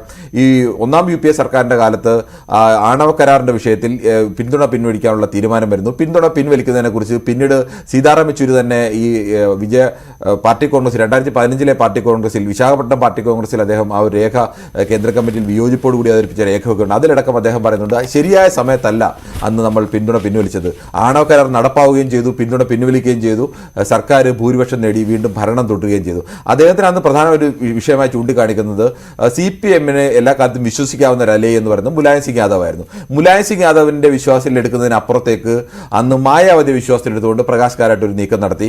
മായാവതി വിശ്വാസം എടുത്തപ്പോൾ ഉണ്ടായ പ്രശ്നം അവസാന നിമിഷം വരെ ഒപ്പം നിന്നിരുന്ന, എനിക്ക് തോന്നുന്നു ദേവരാജനൊക്കെ അത് കൂടുതൽ കൃത്യമായി അറിയാവുന്നതാണ്, ഒപ്പം നിന്നിരുന്ന മുലായം സിംഗ് യാദവ് അമർ സിംഗ് അമേരിക്കയിൽ നിന്ന് മടങ്ങി വരുന്നതോടുകൂടി അവരുടെ നിലപാട്, ആണവ കരാറിനുള്ള നിലപാട് മാറുന്നു. അപ്പോൾ ഇത്തരം കാര്യത്തിലൊക്കെ ഈ നേതാക്കൾ എടുക്കുന്ന നിലപാടുകൾ, പ്രാദേശിക പാർട്ടികളുടെ നേതാക്കൾ എടുക്കുന്ന നിലപാടുകൾ ഏതൊക്കെ സാഹചര്യത്തിൽ മാറില്ല എന്നത് കൃത്യമായി കൂടി അറിയാവുന്ന പ്രായോഗിക രാഷ്ട്രീയം കൂടി വേണം. അത്തരമൊരു നേതാവാണ് സീതാറാം യെച്ചൂരി. അതുകൊണ്ട് തന്നെയാണ് ഈ പുതിയ കാലത്തും ഇന്ത്യ മുന്നണി രൂപീകരണം വരുമ്പോഴും, അല്ലെങ്കിൽ ഇന്ത്യ മുന്നണിയുടെ അകത്തുണ്ടോ CPM എന്ന് ചോദിച്ചാൽ അകത്തില്ല, പുറത്താണോ എന്ന് ചോദിച്ചാൽ ഇല്ല, എങ്ങൊക്കെ വരുമ്പോഴും ഇന്ത്യ മുന്നണി നേതാക്കന്മാരുടെ നിരയെടുക്കുമ്പോൾ സീതാറാം യെച്ചൂരിക്ക് സവിശേഷമായ സ്ഥാനം കിട്ടുന്നത് ഈ നേതാക്കളെയൊക്കെ കൂട്ടിയോജിപ്പിക്കാൻ കഴിയുന്ന കോൺഗ്രസിനാണെങ്കിൽ അതിനടുത്ത് ബഹുമാനവും അദ്ദേഹത്തിന് കിട്ടുന്നുണ്ട് അല്ലേ? അത് തന്നെയാണല്ലോ രാഹുൽ ഗാന്ധി എപ്പോഴും അദ്ദേഹത്തിന്റെ പ്രസംഗങ്ങളിൽ പ്രതിപാദിക്കുന്ന ഒരു പേരായി സീതാറാം യെച്ചൂരി മാറുന്നുമുണ്ട്. അദ്ദേഹം ഈ പറഞ്ഞതുപോലെ കഴിഞ്ഞ മാസമാണ് സോണിയാഗാന്ധിയെ സന്ദർശിക്കുകയും സംസാരിക്കുകയും ഒക്കെ ചെയ്തത്. ഏത് സമയത്തും ആ ഒരു ബന്ധം കാത്തു സൂക്ഷിക്കുകയുണ്ടായി. മറ്റൊരു കാര്യം എന്ന് പറയുന്നത്, ഇപ്പോൾ ഇവിടെ ദേവരാജൻ പറഞ്ഞു, ഇപ്പോൾ കേരളത്തിൽ അദ്ദേഹത്തിന് വലിയ ആരാധക വൃന്ദമൊക്കെയുണ്ട്, പാർട്ടി അണികൾക്ക് അദ്ദേഹത്തെ വലിയ കാര്യവുമാണ്. പക്ഷേ അങ്ങനെ വരുമ്പോഴും ഈ 2015 അദ്ദേഹത്തിൻ്റെ വരവ് തടയുന്നതിന് വേണ്ടിയുള്ള ശ്രമം നടന്നതും കേരളത്തിൽ നിന്ന് തന്നെയാണല്ലോ. അതൊരു ചരിത്രപരമായ ഒന്ന് തന്നെയായിരുന്നു. അത് ഈ കേരളത്തിലെ നേതൃത്വത്തിൻ്റെ, ഔദ്യോഗിക നേതൃത്വത്തിൻ്റെ ശ്രമം വിജയം കണ്ടിരുന്നുവെങ്കിൽ ഇങ്ങനെയൊരു ജനറൽ സെക്രട്ടറി ഉണ്ടാകുമായിരുന്നില്ല. ഒരു തരത്തിൽ പറഞ്ഞാൽ അങ്ങനെ കൂടി പറയേണ്ടി വരും. പ്രകാശ് കാരാട്ട് 2005 ഡൽഹി പാർട്ടി കോൺഗ്രസിലാണ് ജനറൽ സെക്രട്ടറി സ്ഥാനത്തേക്ക് വരുന്നത്. അന്ന് പാർട്ടിയുടെ പൊതുവായ തീരുമാനം, അതിനു മുമ്പ് തന്നെ പാർട്ടി അങ്ങനെ ഒരു തീരുമാനത്തിലേക്ക്, ധാരണയിലേക്കൊക്കെ എത്തിയിരുന്നു. അടുത്ത ജനറൽ സെക്രട്ടറി ആവേണ്ടത് പ്രകാശ് കാരാട്ടാണ്. പ്രകാശ് കാരാട്ടിനായിരുന്നു സംഘടന ചുമതല നൽകിയത്. ആരായിരുന്നു അടുത്ത ജനറൽ സെക്രട്ടറി ആവേണ്ട, അവർക്ക് സംഘടനാ ചുമതല നൽകുന്ന പോളിറ്റ് ബ്യൂറോ അംഗമായി നിലനിർത്തുക എന്നുള്ളതാണ് CPM-ന്റെ ഒരു കീഴ്വഴക്കം. എന്നാൽ അതിനുശേഷം അന്ന് വരെ തമ്മിൽ വലിയ ഐക്യത്തിലുമൊക്കെ പോയതാണ്. പിന്നീട് ഏകദേശം 1-2 പാർട്ടി കോൺഗ്രസ് ആയപ്പോഴേക്കും രണ്ടുപേരും ഏകദേശം 2 ധ്രുവങ്ങളിൽ തന്നെ എത്തിയിരുന്നു. സ്വാഭാവികമായും ിന്റെ പിന്തുണക്കാൻ വരേണ്ടത് സീതാറാമാണ്. പക്ഷേ സീതാറാമിന്റെ പേരല്ല വന്നത്. സീതാറാമനായിരുന്നില്ല സംഘടന ചുമതല നൽകിയതും, അത് SRPക്കായിരുന്നു നൽകിയത്. കേരള ഘടകത്തിന്റെ പിന്തുണയും അന്നുണ്ടായിരുന്നത് SRPക്കാണ്. വലിയൊരു വിഭാഗത്തിന്റെ ഒക്കെ പിന്തുണ, അന്ന് കാരാട്ട് പക്ഷം എന്നൊക്കെ വേണമെങ്കിൽ പറയാം, അല്ലെങ്കിൽ അങ്ങനെ പക്ഷമുണ്ടോ എന്ന് ചോദിച്ചാൽ, അല്ലെങ്കിൽ എന്തായാലും കാരാട്ടിനെ അനുകൂലിക്കുന്നവരുടെ ഒക്കെ പിന്തുണ അന്ന് SRPക്കായിരുന്നു. അന്ന് യഥാർത്ഥത്തിൽ സീതാറാം യെച്ചൂരിയെ പിന്തുണയ്ക്കാൻ ബംഗാൾ 2011 പരാജയപ്പെട്ടു. ആ ബംഗാൾ ഘടകത്തിന്റെ ശക്തി വല്ലാതെ ചോർന്നു, കേരള ഘടകത്തിന്റെ ശക്തി വർദ്ധിച്ചു. അങ്ങനെ ഒരു കാലഘട്ടം കൂടിയാണ് എന്ന് ആലോചിക്കണം. അവിടെ 2015 ആദ്യ ദിവസങ്ങളിലൊന്നും തന്നെ പാർട്ടി കോൺഗ്രസിൽ അങ്ങനെ ഒരു തീരുമാനത്തിലേക്കൊന്നും ധാരണയിലേക്കൊന്നും എത്താൻ കഴിഞ്ഞില്ല. എനിക്ക് തോന്നുന്നു ഈ VS-ഉം യെച്ചൂരിയും തമ്മിലുള്ള ഒരു ബന്ധത്തിന്റെ കൂടി, VS-ന്റെ ഒരു തന്ത്രജ്ഞത കൂടിയുണ്ട് ആ വിഷയത്തിൽ. യെച്ചൂരി എടുക്കെ അങ്ങനെയാണെങ്കിൽ, അങ്ങനെ ഒരു തീരുമാനം എത്തുന്നില്ലെങ്കിൽ പാർട്ടി കോൺഗ്രസിൽ ജനറൽ സെക്രട്ടറി സ്ഥാനത്തേക്ക് ഒരു മത്സരമാവാം എന്നുള്ളൊരു നിർദ്ദേശം വെക്കുന്നത് തന്നെ VS അച്യുതാനന്ദനാണ്. അങ്ങനെ വേണമെങ്കിൽ താൻ തന്നെ അത് നിർദ്ദേശിക്കാം എന്നുള്ളൊരു നിർദ്ദേശമടക്കം വരുന്നു. അങ്ങനെ യെച്ചൂരി ജനറൽ സെക്രട്ടറി സ്ഥാനത്തേക്ക് വന്നില്ലെങ്കിൽ പാർട്ടി കോൺഗ്രസിൽ മത്സരം ഉണ്ടാവാൻ സാധ്യതയുണ്ട് എന്നതുകൂടി ഈ അവസാനം പാതിരാത്രി വരെ നീളുന്ന PB യോഗമാണ്. അവിടെ തീരുമാനം വരുന്നില്ല. പിറ്റേന്ന് രാവിലെ വീണ്ടും PB യോഗം കൂടുന്നു. അങ്ങനെയൊക്കെയാണ് ഈ തീരുമാനത്തിലേക്ക് എത്തുന്നത്. ആ തീരുമാനത്തിലേക്ക് നയിച്ച ഒരു പ്രധാനപ്പെട്ട ഘടകങ്ങളിലൊന്ന്, യെച്ചൂരി അന്ന് തിരഞ്ഞെടുക്കപ്പെടുന്നില്ല എങ്കിൽ, അല്ലെങ്കിൽ PBയുടെ പേര് യെച്ചൂരി അല്ല SRP ആണെങ്കിൽ, പാർട്ടി കോൺഗ്രസിൽ ജനറൽ സെക്രട്ടറി സ്ഥാനത്തേക്ക് ഒരു മത്സരം ഉണ്ടാവാൻ സാധ്യതയുണ്ട്. അത് സ്വാഭാവികമായും SRP അങ്ങനെ ഒരു മത്സരത്തിന് തയ്യാറാവുന്ന ഒരു നേതാവല്ല, അദ്ദേഹം അതിന് തയ്യാറാവില്ല എന്നത് ഒരു ഘടകം. രണ്ടാമത്തെ ഘടകം, അങ്ങനെ ഒരു മത്സരം ഉണ്ടായിക്കഴിഞ്ഞാൽ ആര് ജയിക്കും എന്നുള്ളൊരു വിഷയം വരുന്നു. സ്വാഭാവികമായും പാർട്ടിയിൽ അതൊരു ഭിന്നതയിലേക്കൊക്കെ വരും. ഒരു സാഹചര്യം കൂടിയൊക്കെ ഒഴിവാക്കേണ്ടതുണ്ട്. അങ്ങനെയാണ് യഥാർത്ഥത്തിൽ 2015 വിശാഖപട്ടണം പാർട്ടി കോൺഗ്രസിൽ അദ്ദേഹം ജനറൽ സെക്രട്ടറി സ്ഥാനത്തേക്ക് വരുന്നത്. അതിനുശേഷം നടക്കുന്ന പാർട്ടി കോൺഗ്രസിലും മണിക് സർക്കാരിൻ്റെ പേര്, യെച്ചൂരിക്ക് പകരമായി മണിക് സർക്കാരിൻ്റെ പേരൊക്കെ ഉയർന്നു വരുന്നുണ്ട്. പക്ഷേ അവിടെയും യെച്ചൂരിക്ക് ഒരു മെയ്വഴക്കത്തോടു കൂടി തന്നെ യെച്ചൂരിയുടെ പേര്, എന്ന് വെച്ചാൽ അന്ന് മണിക് സർക്കാർ ത്രിപുര ഭരണമൊക്കെ നഷ്ടപ്പെടുത്തി നിൽക്കുന്ന ഘട്ടമാണ്. അങ്ങനെ ഒരു ഭരണം നഷ്ടപ്പെടുത്തി നിൽക്കുന്ന ഒരു മുഖ്യമന്ത്രിയെ, ഒരു മുൻ മുഖ്യമന്ത്രിയാണോ ജനറൽ സെക്രട്ടറി പദവിയിലേക്ക് വരേണ്ടത്? അത് പാർട്ടിക്ക് ഇന്ത്യയിലാകമാനം തിരിച്ചടിയാവില്ല എന്നുള്ള ചോദ്യമൊക്കെ ഉയർത്തുന്നതും യെച്ചൂരിക്ക് തന്നെ വീണ്ടും അവസരം കിട്ടുന്നു. കണ്ണൂർ പാർട്ടി സമ്മേളനത്തിൽ അങ്ങനെ, പാർട്ടി കോൺഗ്രസിൽ അങ്ങനെയല്ല. പക്ഷേ അദ്ദേഹത്തിന് കാര്യമായ എതിർപ്പില്ലാതെ 3-ാം തവണ ഇനി എന്തായാലും യെച്ചൂരി തന്നെ എന്നുള്ള ലെവലിലേക്ക് എത്തി. പക്ഷേ അപ്പോഴും യെച്ചൂരിക്ക് സാധാരണ CPM ജനറൽ സെക്രട്ടറിമാർക്കാണ് PBയിൽ ഭൂരിപക്ഷം, അല്ലെങ്കിൽ അവരുടെ അഭിപ്രായത്തിലാണ് ഭൂരിപക്ഷം ഉണ്ടെന്നൊക്കെ പാർട്ടി ഔദ്യോഗികമായി സമ്മതിച്ചാലും ഇല്ലെങ്കിലും, അങ്ങനെ യഥാർത്ഥത്തിൽ അങ്ങനെ ഒരു ഭൂരിപക്ഷം ഉണ്ടായിരുന്ന ജനറൽ സെക്രട്ടറി ആയിരുന്നില്ല സീതാറാം യെച്ചൂരി ഈ അവസാന കാലം വരെയും പാർട്ടി CPM-ന്റെ PBയിൽ. ശരി, അത് ഈ നിലപാട് സ്വീകരിക്കുന്നതിലും അദ്ദേഹത്തിന് ഉണ്ടാക്കുന്ന സാഹചര്യങ്ങൾ വന്നിട്ടുണ്ടല്ലോ, പ്രത്യേകിച്ച് കോൺഗ്രസുമായിട്ടുള്ള ബന്ധത്തിന്റെ കാര്യത്തിൽ, ഇല്ലേ? അതിൽ തന്നെ ഏത് തരത്തിലുള്ള ബന്ധം വേണം, അത് നീക്കുപോക്ക് മതിയോ, അതൊരു മുന്നണിയുടെ രൂപത്തിലേക്ക് കൊണ്ടുവരണോ എന്നൊക്കെ കാര്യത്തിൽ ഒരുപാട് ആശയ സംഘർഷങ്ങൾ നേരിടേണ്ടി വന്ന സാഹചര്യം ഉണ്ടായിരുന്നുവല്ലോ ഈ സമീപകാല വർഷങ്ങളിൽ. പലപ്പോഴും കോൺഗ്രസ് ബന്ധത്തിന്റെ പേരിലാണ് കേരളത്തിലെ പാർട്ടി ഘടകത്തിന്റെയും കേരളത്തിലെ പാർട്ടിയുടെയും ഒക്കെ വലിയ എതിർപ്പ് സീതാറാം യെച്ചൂരിക്ക് നേരിടും. മറ്റൊരു കാരണം കൂടിയുണ്ട്. കേരളത്തിന്റെ പാർട്ടിയിൽ വിഭാഗീയത ഉണ്ടായിരുന്ന കാലത്ത് വി എസ് അച്യുതാനന്ദൻ എടുത്ത നിലപാടുകൾക്ക് ഒപ്പം നിന്ന ഒരു പ്രധാനപ്പെട്ട നേതാവാണ്. പലപ്പോഴും വി എസിന്റെ സംരക്ഷകൻ, വി എസിനെ പലരും വാർത്തയിലൊക്കെ ചിലപ്പോൾ ചിലരെങ്കിലും കളിയാക്കിയൊക്കെ പറയുന്നത് വി എസ് പക്ഷക്കാരനാണ് യെച്ചൂരി എന്ന് മട്ടിലടക്കം ആൾക്കാർ വ്യാഖ്യാനിക്കുകയൊക്കെ ചെയ്യുന്ന നേതാവായിരുന്നു. ഒരു കാരണം അതായിരുന്നു. രണ്ടാമത്തെ വിഷയം ഈ കോൺഗ്രസിന്റെ ബന്ധവുമായി ബന്ധപ്പെട്ടായിരുന്നു. കേരളത്തെ സംബന്ധിച്ച് കോൺഗ്രസ് ആണ് മുഖ്യ ശത്രു. അതുകൊണ്ട് തന്നെ കോൺഗ്രസുമായി ദേശീയ തലത്തിൽ ഒരു ബന്ധം സ്ഥാപിക്കുക അല്ലെങ്കിൽ കോൺഗ്രസ് ബന്ധത്തിലേക്ക് പോവുക എന്നത് കാരാട്ടിന്റെ പ്രതികരണം. Communal regime, and at this juncture losing him is a big loss for all of us. We will have to see how we can all work together to carry on the work he has been doing, and our party will make sure that our party unitedly strives to fulfill all the things that he wanted to do. Prakash കാരാട്ടിന്റെ പ്രതികരണമാണ് കേട്ടത്. 2004 ഈ UPA സർക്കാർ രൂപീകരണ സമയത്ത് സുർജിത്തിന്റെ ഇടതും വലതും നിന്ന നേതാക്കളായിട്ടാണ് അല്ലേ കാരാട്ടും യെച്ചൂരിയും. Shri NM Pearson ഇപ്പോൾ ദേശീയ മുഖം ആണ് എന്ന കാര്യത്തിൽ യാതൊരു സംശയമില്ല. അപ്പോൾ ഇനി ആരാണ് ആ സ്ഥാനത്തേക്ക് എന്ന കാര്യത്തിൽ ഇപ്പോൾ തന്നെ ഒരുപാട് പേര് ഇങ്ങനെ ചോദിക്കുന്നുണ്ട്, ഇനി ആര് വരും എന്നുള്ള കാര്യത്തിൽ. അതെല്ലാവരും ചോദിക്കാൻ ഉദ്ദേശിക്കുന്ന ഒന്ന് തന്നെയാണല്ലോ. CPM-ന് അങ്ങനെ ഉയർത്തിക്കാട്ടാവുന്ന ഇനി ആരുണ്ട് എന്നുള്ള കാര്യം. ഇടതുപക്ഷ രാഷ്ട്രീയത്തെ സംബന്ധിച്ചിടത്തോളം നമുക്കൊരു ടവറിംഗ് പേഴ്സണാലിറ്റി എന്ന് പറഞ്ഞ് ചൂണ്ടിക്കാണിക്കാനായിട്ട് ഈ താഴെ വരുന്ന കമ്മിങ് ജനറേഷനിലെ ആരുമില്ലാത്ത ഒരു സ്ഥിതി യഥാർത്ഥത്തിലുണ്ട്. എനിക്ക് തോന്നുന്ന ഒരു താൽക്കാലിക അറേഞ്ച്മെന്റ് എന്ന നിലയ്ക്ക് പ്രകാശ് കാരാട്ട് എന്നെ തന്നെ ചിലപ്പോൾ ചുമതല ഏൽപ്പിച്ചു കൂടായില്ല. കാരണം ബ്രാഞ്ച് സമ്മേളനങ്ങളെല്ലാം ആരംഭിച്ചു. പാർട്ടി കോൺഗ്രസിലേക്കുള്ള അതിന്റെ സമ്മേളന പരമ്പര ആരംഭിച്ച് അത് പൂർത്തിയാകുന്ന സമയത്ത് പുതിയ ഒരു സെക്രട്ടറിയെ പാർട്ടി കോൺഗ്രസ് തെരഞ്ഞെടുക്കും. അതുവരെ അതിന്റെ ഒരു താൽക്കാലിക ചുമതല ആരെ ഏൽപ്പിക്കണം എന്നതായിരിക്കാം ഇപ്പോൾ പാർട്ടി നേരിടുന്ന പ്രധാനപ്പെട്ട പ്രശ്നം. അത് ഒരുപക്ഷെ പ്രകാശ് കാരാട്ടിനെ തന്നെ ഏൽപ്പിച്ചുകൂടായില്ല എന്നാണ് ഞാൻ ഗസ് ചെയ്യുന്നത്. ഒരു ഗസ് വർക്ക് മാത്രമാണ്. കാരണം നേരത്തെ ഈ ചർച്ചകളിലൊക്കെ സൂചിപ്പിച്ചതുപോലെ കുറച്ചു കാലമായിട്ട് ഇടതുപക്ഷം വലിയ തരത്തിൽ പാർലമെന്ററി ജനാധിപത്യത്തിന്റെ കാര്യത്തിലായാലും സമരമുഖങ്ങളുടെ കാര്യത്തിലായാലും ഒക്കെ ഇന്ത്യൻ രാഷ്ട്രീയത്തിൽ വലിയ പിന്നോട്ടടി നേരിട്ട ഒരു കാലഘട്ടമാണ്. അപ്പൊ ഇവിടെ നിന്ന് മുന്നോട്ട് പോകേണ്ടത് എന്നതിനാവശ്യമായിട്ടുള്ള വഴികൾ കണ്ടെത്തിയാൽ മാത്രമാണ് ഇടതുപക്ഷത്തിന് ഇന്ത്യൻ രാഷ്ട്രീയത്തിൽ എന്തെങ്കിലും അതിന്റെ പ്രസക്തി കണ്ടെത്താനായിട്ട് കഴിയുള്ളൂ. അത് ചെറിയ കാര്യമല്ല. വളരെ കാര്യമായ പ്രതിഭ വിലാസം ഉള്ള നേതൃത്വം യഥാർത്ഥത്തിൽ അതിനാവശ്യമാണ്. രണ്ട് തരത്തിലാണ് ഒരു ഇടതുപക്ഷ രാഷ്ട്രീയത്തിന്റെ നേതൃത്വം ശക്തി പകരുന്നത് അല്ലെങ്കിൽ ശക്തി നേടുന്നത്. ഒന്ന്, അതിനൊരു റെജിമെന്റൽ പൊളിറ്റിക്സ് തീർച്ചയായിട്ടും ഉണ്ടായിരിക്കുന്നതാണ്. വളരെ കരുത്തനായിട്ടുള്ള ഒരു നേതാവായിരിക്കണം എന്നുള്ളത് ഒരു പ്രധാനപ്പെട്ട കാര്യം.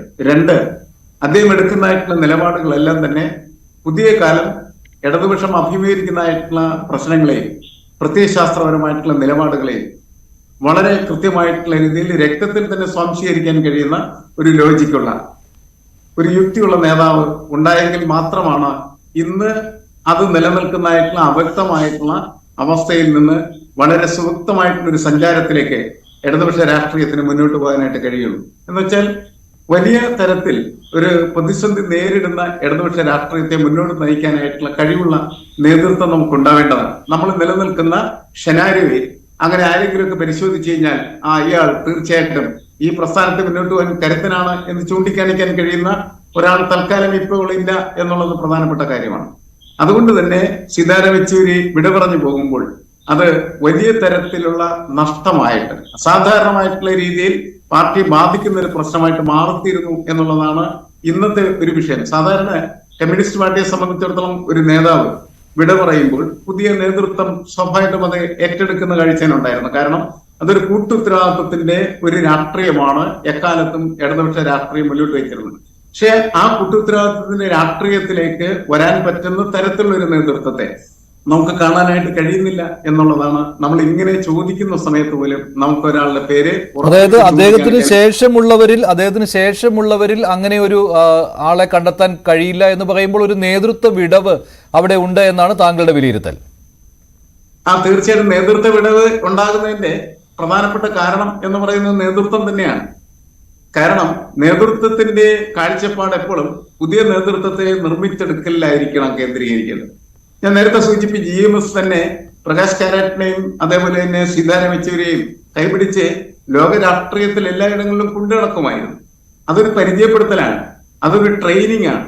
അത്തരത്തിലുള്ള ട്രെയിനിങ് കൊടുത്ത് പുതിയ നേതാക്കളെ വളർത്തിക്കൊണ്ടുവന്നാൽ മാത്രമാണ് നമുക്ക് ഒരാൾ വിട പറയുമ്പോൾ അതിന് പകരം ഇന്ന എന്ന് പറയാൻ പറ്റുന്ന തരത്തിൽ നമ്മളുടെ മനസ്സിന്റെ സ്ട്രക്ചർ പോലും ശരിയാക്കി എടുക്കാനായിട്ട് കഴിയുള്ളൂ. എന്നുവെച്ചാൽ ജനങ്ങളുടെ ഒരു മാനസികമായിട്ടുള്ള ഘടനയിൽ അടുത്ത നേതാവ് ഇന്നതാണ് എന്ന് പറയാൻ പറ്റുന്ന തരത്തിൽ ഒരാളെ പാകപ്പെടുത്തിയെടുക്കുന്ന കാര്യത്തിൽ കമ്മ്യൂണിസ്റ്റ് പാർട്ടി പരാജയപ്പെട്ടിരിക്കുന്നു എന്നതും പ്രധാനപ്പെട്ട കാര്യമാണ്. സീതാറാം യെച്ചൂരിയുടെ മാത്രം പ്രശ്നമല്ല അത് കമ്മ്യൂണിസ്റ്റ് പ്രസ്ഥാനത്തിന്റെ തന്നെ ഒരു വലിയ പ്രതിസന്ധിയും പ്രശ്നവുമാണ് എന്നാണ് എനിക്ക് തോന്നുന്നത്. അതാണ് ഇപ്പോൾ യഥാർത്ഥത്തിൽ അഭിമുഖീകരിച്ചുകൊണ്ടിരിക്കുന്നത്. കാരണം രാഷ്ട്രീയത്തിന്റെ സ്വഭാവത്തിന് വലിയ മാറ്റങ്ങൾ സംഭവിച്ചുകൊണ്ടിരിക്കുകയാണ് ചെയ്യുന്നത്.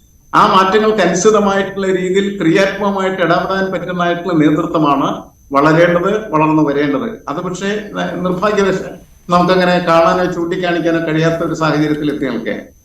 ശരി, ശ്രീ ലാൽകുമാർ, അങ്ങനെ ഒരു നേതൃത്വ വിടവുണ്ട് കമ്മ്യൂണിസ്റ്റ് പാർട്ടിയിൽ എന്നുള്ള ആ നിരീക്ഷണത്തോട് താങ്കളുടെ മറുപടി എങ്ങനെയാണ്? നോക്കൂ, ഇവിടെ വന്ന പല ആശയത്തിനോടും പല ആൾക്കാരും പല കാര്യങ്ങളും ഷെയർ ചെയ്യും.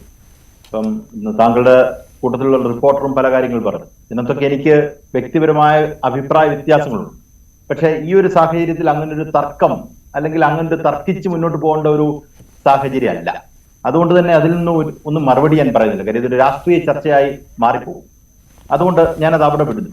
താങ്കൾ ചോദിച്ച ഒരു കാര്യം ഈ പറയുന്ന നേതൃത്വ വിടവുമായി ബന്ധപ്പെട്ട കാര്യമാണ്. സീതാറാം യെച്ചൂരി എന്ന് പറയുന്ന ഒരു നേതാവ്, ഒരു ടോൾ ഫിഗർ, ഞാൻ അദ്ദേഹത്തിന്റെ ഒരുപാട് വിശേഷണങ്ങൾ ഞാൻ പറഞ്ഞു കഴിഞ്ഞു. അങ്ങനെ ഒരാൾ ഒരു പാർട്ടിക്ക് നഷ്ടപ്പെടുമ്പോൾ അതൊരു വലിയ നഷ്ടമാണ്. അതുകൊണ്ടാണ് പ്രകാശ് കാരാട്ടിന്റെ വാക്കുകളിൽ കൂടെ നമ്മൾ പോകണം. നമ്മൾ ഒരുമിച്ചിരുന്ന് ഈ വിടവ് നികത്താനുള്ള വലിയ ശ്രമം നടത്തും. അതിനകത്തൊരു ശ്രമമുണ്ട്, അല്ലെങ്കിൽ ശ്രമം ഇടേണ്ടതായിട്ടുണ്ട് എന്നുള്ളത് പാർട്ടിയുടെ മുൻ ജനറൽ സെക്രട്ടറി തന്നെയാണ് പറയുന്നത്. അതിപ്പം ഏതൊരു സ്ഥാപനമുണ്ട് അതിനകത്തൊരു വലിയ ടോൾ ഫിഗർ പോയി കഴിഞ്ഞാൽ ആ ബുദ്ധിമുട്ട് വരും. CPM ആസ് എൻ ഇൻസ്റ്റിറ്റ്യൂഷൻ, ഒരു ഇൻസ്റ്റിറ്റ്യൂഷനായിട്ട് വർക്ക് ചെയ്യുന്നൊരു ആശയം ജനങ്ങളിലേക്ക് എത്തിക്കുന്ന ഒരു സംവിധാനമല്ലേ CPM. പക്ഷെ CPM, എനിക്ക് ഉറപ്പാണ്, CPM അടുത്ത നേതൃത്വത്തെ കണ്ടെത്താനുള്ള ഒരു കരുത്ത് CPM-ന്റെ ഉള്ളിലുണ്ട് എന്നാണ് ഞാൻ മനസ്സിലാക്കുന്നത്. ഞാൻ ഒരു കാലത്ത് ചിന്തിച്ചിട്ടുണ്ട്, നായനാർ എന്ന് പറയുന്ന ജനകീയ മുഖം നഷ്ടപ്പെട്ടു കഴിഞ്ഞാൽ എങ്ങനെയാണ് CPM-ന് ഇനി ഒരു തിരിച്ചുവരവ് ഉണ്ടാകുക. കേരളത്തിൽ ചർച്ച ചെയ്യപ്പെട്ടിട്ടുള്ള ഒരു വിഷയമാണ്. ഈ പറയുന്ന അന്നത്തെ വിമർശനം VS അച്യുതാനന്ദനെ പോലെ ഒരു ജനകീയ മുഖമല്ല, VS അച്യുതാനന്ദൻ അത്ര ജനകീയ മുഖമല്ല നായനാറിനൊപ്പം എന്ന് പറഞ്ഞ് വിമർശിച്ചിട്ടുള്ള കാലമുണ്ട്. പക്ഷെ എത്ര ഗൗരവത്തോടു കൂടി, എത്ര റിമാർക്കബിൾ ആയിട്ടാണ് ജനങ്ങളിലേക്ക് VS അച്യുതാനന്ദൻ അടുത്ത് പെട്ടെന്ന് ഒരു വലിയ ജനകീയ മുഖമായി മാറിയത്. VS അച്യുതാനന്ദനെ നായനാരെക്കാട്ടിലും വലിയ ജനകീയ മുഖമാകുന്നത് വരെ നമ്മൾ കണ്ടു. അപ്പൊ എനിക്ക് തോന്നുന്ന പാർട്ടിയുടെ സംഘടനാ ശക്തിയാണ് യഥാർത്ഥത്തിൽ ഒരാളെ ഒരു വലിയ നേതാവും ഒക്കെ ആക്കുന്നത്. ഒരാളൊരു പൊസിഷനിലേക്ക് വരുമ്പോൾ സംഘടനാ ശക്തി, സംഘബലം, അത് ആ മനുഷ്യന് കൊടുക്കുന്ന ശക്തിയാണ് യഥാർത്ഥത്തിൽ വലിയ നേതൃത്വമായി മാറുന്നത്. ഞാൻ മനസ്സിലാക്കുന്നത് വരാൻ പോകുന്ന ദിവസങ്ങളിൽ CPIM ഉറപ്പായിട്ടും ഈ വിഷയവുമായി ബന്ധപ്പെട്ട് വലിയ ചർച്ചകൾ നടത്തും. അതിനകത്ത് ഒരാളെ, ഈ ഒരു വലിയ സംഘടനയ്ക്ക് ഒരാളെ ഫൈൻഡ് ഔട്ട് ചെയ്യുക എന്ന് പറയുന്നത് വലിയ ഡിഫിക്കൽട്ട് ടാസ്ക് ഒന്നുമല്ല. അപ്പൊ നിങ്ങൾ എന്നോട് ഒരു പേര് ചോദിക്കുക, ആരാകും എന്ന് ചോദിച്ചാൽ ഞാൻ ശരി, അത് ബുദ്ധിമുട്ടുള്ള കാര്യമാണ്. അങ്ങനെ നമുക്ക് പ്രെഡിക്റ്റ് ചെയ്യാൻ പറ്റുകയില്ല. കിരൺ, ഇപ്പോൾ ലാൽ പറഞ്ഞ കാര്യം അതാണ്. കാരണം ഒരു സംഘടനയ്ക്ക്, അത് പ്രധാനപ്പെട്ട ഒരു സംഘടനയ്ക്ക്, ഒരു രാഷ്ട്രീയ പാർട്ടിക്ക് ഒരു നേതാവിനെ കണ്ടെത്തുക എന്ന് പറയുന്നത് കൂട്ടായ ചർച്ചകളിലൂടെ അത് ചെയ്തെടുക്കാൻ പറ്റുന്ന കാര്യം ആണ് എന്നുള്ളതാണ്. പക്ഷെ ഞാൻ പറയുന്നത് ഇപ്പോൾ കിരൺ, ഈ മുന്നണി രാഷ്ട്രീയത്തിന്റെ പ്രസക്തി ഏറെയുള്ള ഒരു സമയത്ത് ആ രീതിയിൽ കിരൺ നേരത്തെ ഉപയോഗിച്ച വാക്ക് നെയ്തെടുക്കുക എന്നുള്ളതാണ്. അങ്ങനെയുള്ള ഒരു കരിസ്മയുള്ള ഒരു നേതാവ്, അതാണല്ലോ CPM-നും ഇപ്പോൾ ഈ കാലഘട്ടത്തിൽ ആവശ്യമായി വരുന്നത്. അതിൽ ഈ മുന്നണി രാഷ്ട്രീയത്തിൽ ആരാണോ അതിന്റെ ചുക്കാൻ പിടിക്കുന്നത് അവരുമായുള്ള നല്ല ബന്ധം, ആ പാർട്ടിയുമായി നല്ല രീതിയിലുള്ള ബന്ധം സ്ഥാപിക്കുക, മറ്റു പാർട്ടികളുമായിട്ടും അതേ രീതിയിൽ തന്നെ ആ പാർട്ടികൾക്കും അംഗീകരിക്കാൻ പറ്റുന്ന ഒരു നേതൃത്വം വരിക എന്നുള്ളതാണല്ലോ. അങ്ങനെ വരുമ്പോഴാണ് CPM-ൽ അടുത്തത് ആര് എന്നുള്ള ചോദ്യം വരുന്നത്, അല്ലേ? മഞ്ജുഷ, ഇപ്പോൾ CPM-നെ സംബന്ധിച്ച് ഒരു പാർട്ടിക്ക് ഇനി അടുത്ത ജനറൽ സെക്രട്ടറി ആര് എന്ന് കണ്ടുപിടിക്കാനോ അല്ലെങ്കിൽ അതിന് ശേഷിയില്ലാത്ത ആളുകളൊന്നും ഉള്ളൊരു യെച്ചൂരി അല്ലാതെ ആരും ഇല്ലാത്ത അവസ്ഥയൊന്നുമില്ല. പോൾ ബ്യൂറോയെ സംബന്ധിച്ച് പോൾ ബ്യൂറോയിൽ അതിന് കരുത്തുള്ള ഒരുപാട് നേതാക്കളൊക്കെ ഉണ്ട്. പക്ഷേ മഞ്ജുഷ ചോദിക്കുന്ന ഒരു ചോദ്യം അപ്പോഴും പ്രസക്തമാണ്.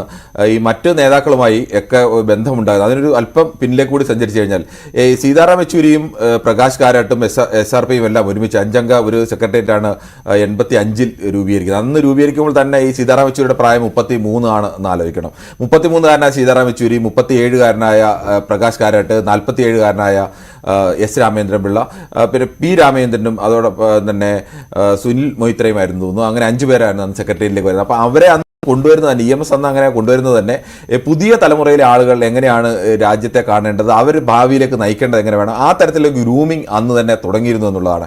അതിനുശേഷം അവർ 40-ാം വയസ്സിൽ തന്നെ അദ്ദേഹം പോൾ ബ്യൂറോയിൽ അടുത്ത വർഷം പോൾ ബ്യൂറോയിൽ എത്തുന്നു. പോൾ ബ്യൂറോയിൽ എത്തുമ്പോൾ തന്നെ ഇവരെല്ലാവരും നന്നേ ചെറുപ്പത്തിൽ തന്നെ പോൾ ബ്യൂറോയിൽ എത്തി. പോൾ ബ്യൂറോ തന്നെ 3-4 പതിറ്റാണ്ട് കാലത്തെ പരിചയമുള്ള ആളുകളായി ഈ പറഞ്ഞ നേതാക്കളെല്ലാം തന്നെ നിൽക്കുന്നത്. SRP മാത്രമാണ് ഇപ്പോൾ അതിനകത്തു നിന്ന് ഒഴിഞ്ഞു പോയ നേതാക്കൾ. ഈ പ്രകാശ് ആയാലും സീതാറാമായാലും ഉണ്ട്. പ്രകാശിനെ സംബന്ധിച്ച് പ്രകാശ് ഇപ്പോഴും ഉണ്ട്.